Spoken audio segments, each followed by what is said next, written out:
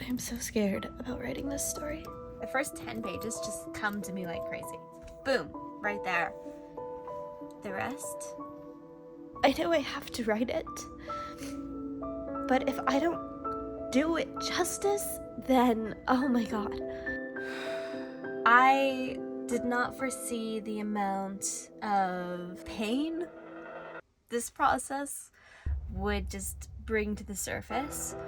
I should have been like, oh, yes, of course, working on a script about my relationship with my mother, who is now dead, obviously is gonna bring up a lot of trauma. Today, watch as I embark on the emotional roller coaster of writing the first draft of my play, featuring my mother's crazy choice to trust God with birth control, a decision that led to her being the mother of 12 and leading an absolutely radical life. So wait, how many months do we have? 5 months. Oh my gosh. So this project got started because Joel was like, hey, let's do a Fringe show. A Fringe is it's a theater event society kind of thing that's all over the world where anyone can submit and put their name in a lottery, and if their name gets drawn, they can produce a theater show or some performance. And I was like, we can always submit for a Fringe show, but we don't got one written. You do know that, Joel. We're never going to have anything ready.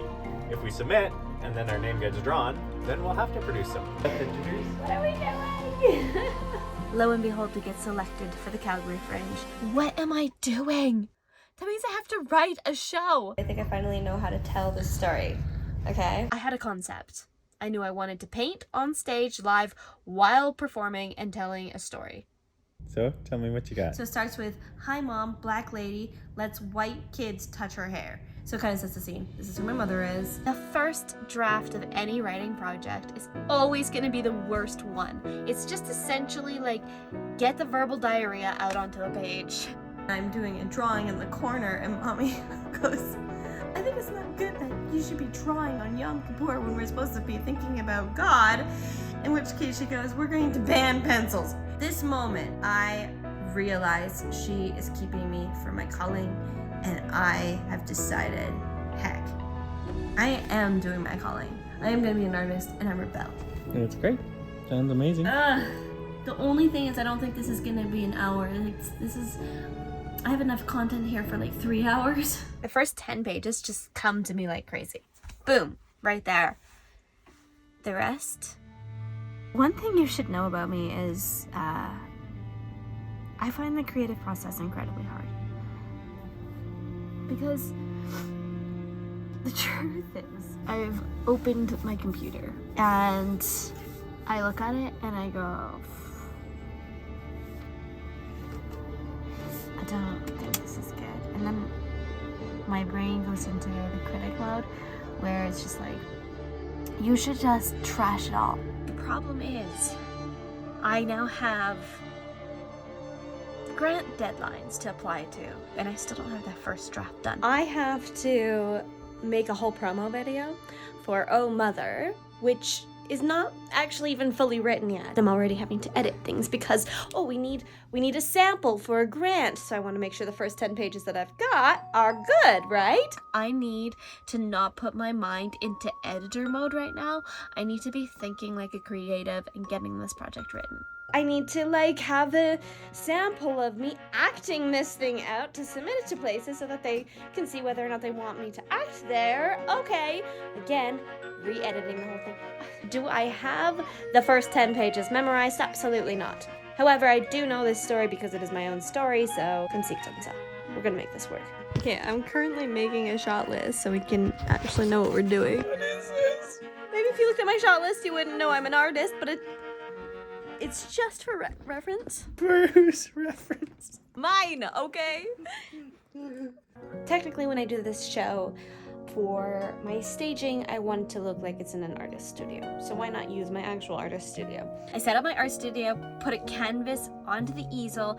I get Joel to be my model. Girl, honey, what was I thinking? That was absolutely insanity. Total stupidity. Okay, go. My mother is the tallest, most gorgeous cup of hot chocolate you ever saw. I am all over the place. I fall into her lap and she grabs. No, I don't like any of this. This is not how it goes. I just kept thinking, this is your very first time doing this. Have you ever painted while giving a monologue before? No, you haven't done that before, so why would you expect it to be good? Try again. I end up spending 40 minutes on just the 10 pages of the script that I have written. Hopefully I can get better. What am I thinking? When you first have a project, it is so important that you baby that project like nothing else. You don't let that babe into anybody else's arms. And the problem is, for me, I get way too excited about my projects, and I'm like, oh, the whole world should hear what I'm writing and what I'm thinking about like 24/7. Okay, so like the play is about Mommy's calling as a mother, my calling as an artist. That's a bad idea. I let people in way too soon into the process. So Mommy's calling, the outcome of Mommy's calling would have been an activist. An activist. My dad out of anybody knows my mother better than anyone else. It's just interesting because to me that is not at all the opinion I had of her. He lived 20 years with her before she passed away. And he's still deeply in love with her. So obviously, he's gonna have a lot to say about her, and also is gonna feel the most protective about her. So I just saw my dad and talked to him really briefly about writing this script and telling this story about my mom. The biggest thing he says is, does it have to be a comedy, Rebbekah? Why are you turning it into comedy? I'm even more terrified about writing this script. As awesome as it is to get like this input early on from my dad into the script, I was not ready for it because now it's totally made me spiral. And I think he's afraid I'm gonna turn this story into a joke or turn my mother into a joke, which is like absolutely not my intention even a little bit. If I do that, I am not a good writer. I'm in trouble. I'm like, Rebbekah, think about it this way. How many people is this story actually gonna help versus how many people could this story potentially hurt? I'm like, it could hurt every single person I love. My goal was by the end of March for sure to be done the first draft. It's now March 21st. That first draft ain't even close, baby. I have a little bit of a wrestling match here. I'm stuck now at a place I didn't want to be. I'm struggling with it. It's created a lot of writer's block, and it's hard for me to even just get this first draft done. I'm producing the show, and I'm putting together a production calendar and deadlines for Rebbekah to hit her drafts, but I'm also a husband. I've got no way to figure out how to even navigate through the story because I'm so scared of it. Sometimes that becomes tricky when you're like, oh, as the producer, you need to hit your deadline, but as the husband, I want to be empathetic and compassionate and encouraging. My goal is get this first draft done this week, so that by the end of this week, it is completed. One of the things that I know helped me is to journal. If I'm writing every day and I'm writing about the story every day, ideas are going to start coming, inspiration will start coming. Okay, we got this. A huge part of being a writer is figuring out ways that you work. I'm going on walks daily. I'm praying. I mean, I am cleaning my van, trying to create a routine, and just making sure that at the end of the day, I can generate the story. Then one day, Joel tells me that the deadline I thought was March 30th is actually untrue. The deadline is like actually April 14th. And I realized I still have like 2 weeks. What the heck? Guess what I did with the extra 2 weeks that I had? I stopped journaling, which is such a silly move on my part. I was so relieved and excited because I'm like, oh, it's the hardest part of the entire script. It's the climax. And then I did nothing. And I didn't write for 2 weeks.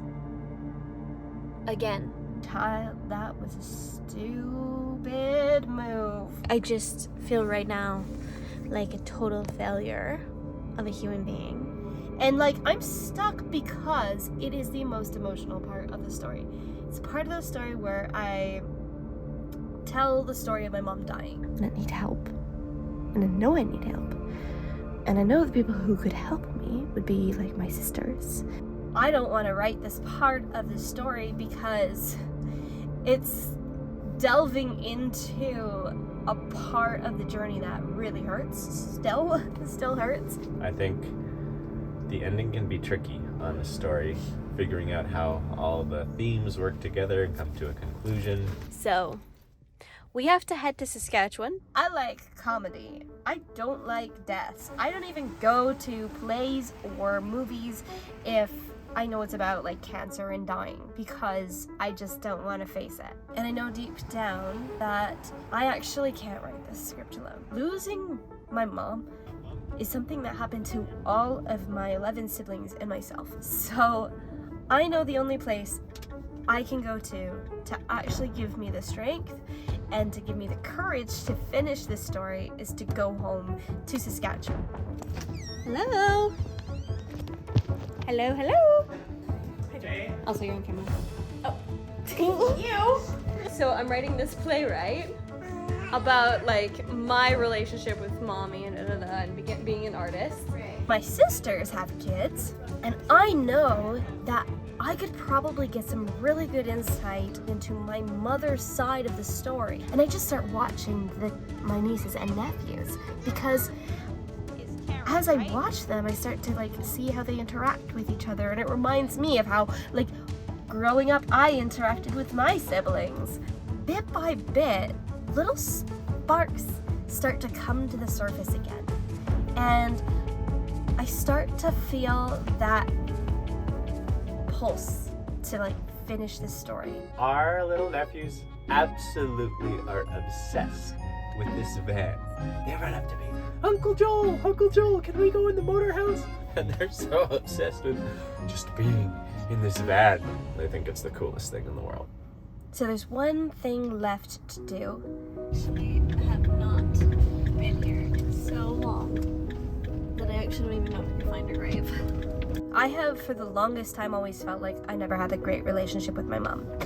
And a big part of that, I think, is because in the grief process for me, it's been easier to be angry at her than to admit that I miss her. It's funny, she was not a sentimental person, so I think she would probably not understand the sentimentality of this at all. Oh, it's so hard.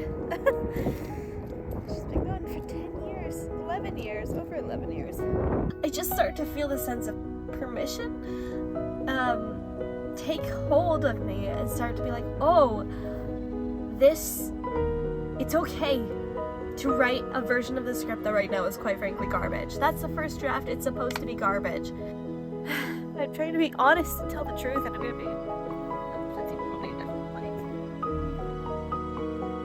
the most scary art I've ever made, because it's by far the most vulnerable.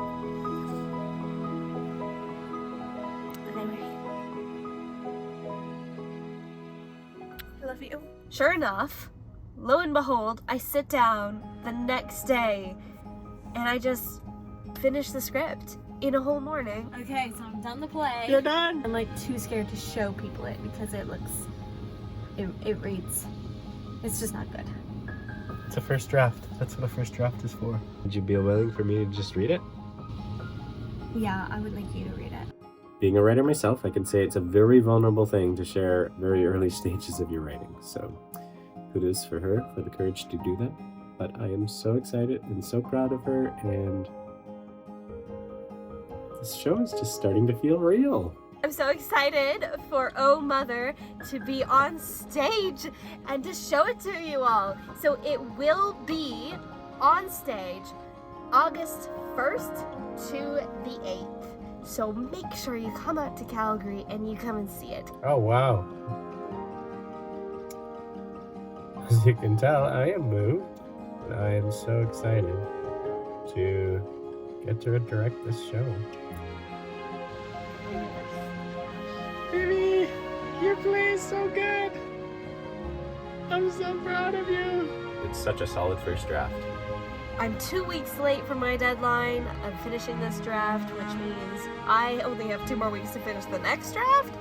But hey, child, I did it. So next we are going to be moving into workshopping this show. Stay tuned, because the next draft is going to show you what it looks like to workshop the script and to start putting in the rubrics for production.